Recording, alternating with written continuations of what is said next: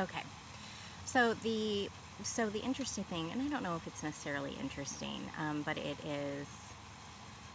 I I think it's important to say, and I think it's important to note, and I do personally. I think it's interesting. Is that my family, and I'm not talking about just me, and I'll tell you, uh, and I'll explain more in a minute. My family had some sort of like a negative energy, negative entity, just like lurking around. Okay, so my son, he actually practiced witchcraft before I did. And I supported it because I do think it's really important, even though I was a skeptic, because I think it's really important for our children to be able to explore all sorts of religions, to find out who they are and where they are, and what they're comfortable with. I know I looked into like Buddhism when I was a kid, when I was a teenager. I went to church specifically so that I could be in the church choir because I really like church music. But I do think, like, I think there's so many beautiful aspects of different religions. And so I fully supported his exploration into witchcraft. And so, like, he had a pendulum and he had cards and stuff like that. And when the universe was like, hey, I'm going to need you to get these cards, you need to get a pendulum. Because we need to be able to speak with you a little bit more clearly. We need to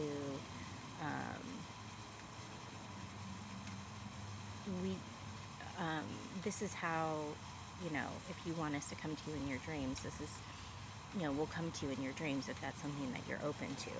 And so so that's what I did. I got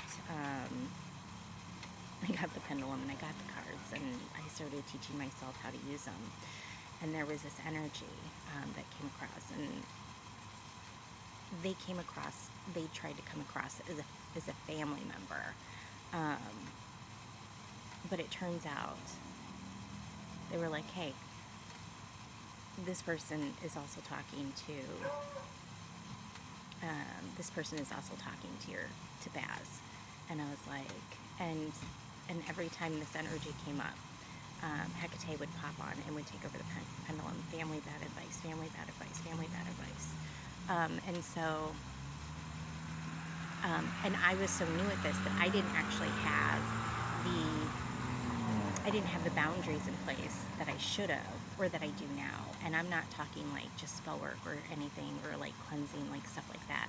I'm talking about like old ways energy, like iron around the border of your property. I'm talking about baneful protection spells at your door. I'm talking about selenite, and also, but like saging regularly, like cleansing regularly and stuff like that. I didn't have those tools yet. And so I knew that there was a negative energy attached. I wasn't sure. I didn't realize, because I didn't know enough, because you can only learn things so quickly.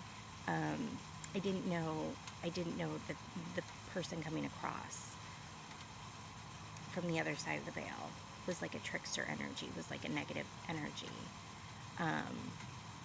But I found out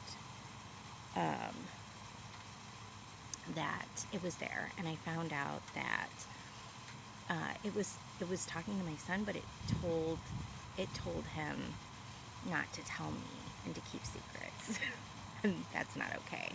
And then there were lies, and then you go, oh, okay, that's a trickster energy. Your support team, the other side of the veil, your ancestors, your spirit guides, they are not going to lie to you. They will give you information if you are open to it.